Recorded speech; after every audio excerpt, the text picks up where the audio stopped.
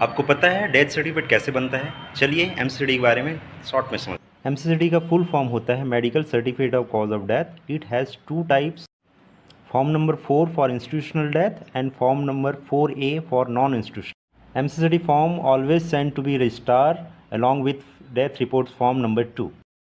MCD form को 3 भागों में बांटा जा सकता है। फर्स्ट पार्ट है preliminary data of disease. It includes name, age and sex of the disease. मृतक का नाम पूरा लिखना चाहिए, उसमें किसी प्रकार का initial mister, Kumar, Mrs use नहीं करना चाहिए। अगर मृतक की आयु 1 वर्ष से ज़्यादा है तो उसे ईयर में, और 1 वर्ष से कम है तो उसे मंथ में, और 1 मंथ से कम है तो उसे डे में, और 1 डे से कम है तो उसे आवर्स में मेंशन करना चाहिए। एमसीसीडी का सेकंड पार्ट बहुत इंपॉर्टेंट होता है। इसे अटेंडेंट फिजिशियंस के द्वारा ही भरा जाना चाहिए। इसे further part 1 and part 2 divide किया गया है।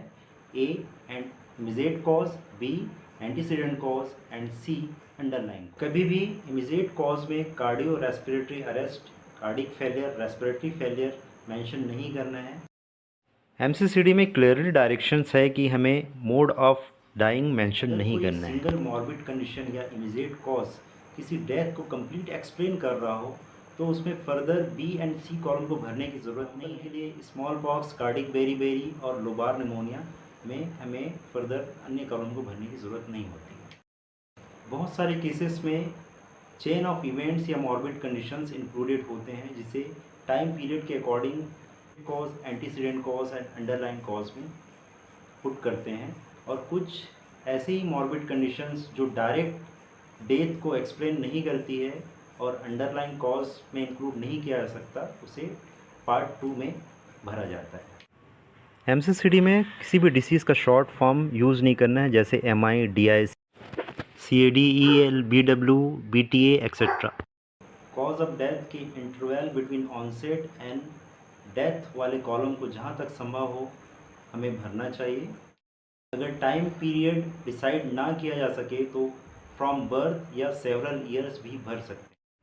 कुछ मॉर्बिड कंडीशंस जिसमें onset of events and death का इंटरवल डिसाइड नहीं किया जा सकता, ऐसे केसेस में इस कॉलम को छोड़ा जा सकता है। एक्सीडेंटल या वायलेंट डेथ वाले कंडीशंस में हमें डेथ को एक्सप्लेन करने के लिए एक्सटर्नल कॉज और नेचर ऑफ इंजरी दोनों की ज़रूरत होती है। इसीलिए ऐसे केसेस में हॉस्पिटल या ट्रीटिंग डॉक्टर्स को चेन ऑफ इवेंट्स के अंडरलाइन कॉज में एक्सटर्नल कॉज को मेंशन करना चाहिए। फॉर एग्जांपल, एक पेशेंट फ्रॉम लेडर हिस्ट्री लेकर आता है। आपकी एग्जामिनेशन से पता चलता है उसका राइट फीमर फ्रैक्चर्ड है। ड्यूरिंग ट्रीटमेंट उसकी फैट एम्बोलिज्म से डेथ हो जाती है। तो सीक्वेंस ऑफ इवेंट्स में आपको इमीडिएट कॉज में फैट एम्बोलिज्म, एंटीसीडेंट कॉज में fracture femurs and underline cause में फॉल फ्रॉम लेडर्स मेंशन करना should not be given as a cause of death, should be enter in part 2। MCCD में भरे जाने वाले डिसीज़ का descriptions complete होना चाहिए। जैसे एनीमिया मेंशन कर रहे हैं तो टाइप ऑफ एनीमिया, न्यूप्लाज्मा मेंशन कर रहे हैं तो दिस इज़ बिनाइन या मैलिग्नेंट, और प्राइमरी साइट क्या है। अगर हार्ट डिसीज़ मेंशन कर रहे हैं तो type of heart disease mention करना ज़रूरी है, जैसे cor pulmonale, congestive cardiac failures.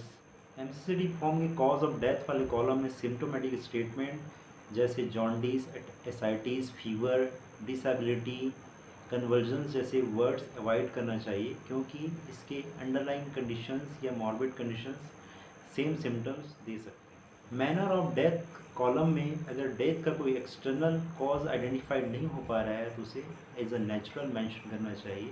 अगर आपको डिसाइड करने में प्रॉब्लम्स हैं कि this case are accidental, suicidal या होमिसाइडल, तो इन्वेस्टिगेशन पेंडिंग मेंशन करके फॉर्म को आगे बढ़ा देना चाहिए। यहाँ पर कुछ कॉमन केस सिनारियो और उसके एमसीसीडी फॉर्म करेक्ट तरीके से लिख कर दिखाया गया है। जैसा कि आप देख पा रहे हैं कि यह पब्लिक इंटरेस्ट और गवर्नमेंट पॉलिसी के लिए कितना इम्पोर्टेंट है। इसीलिए एक डॉक्टर के लिए एमसीसीडी भरना एक मेडिकल ही नहीं, लीगल रिस्पॉन्सिबिलिटी।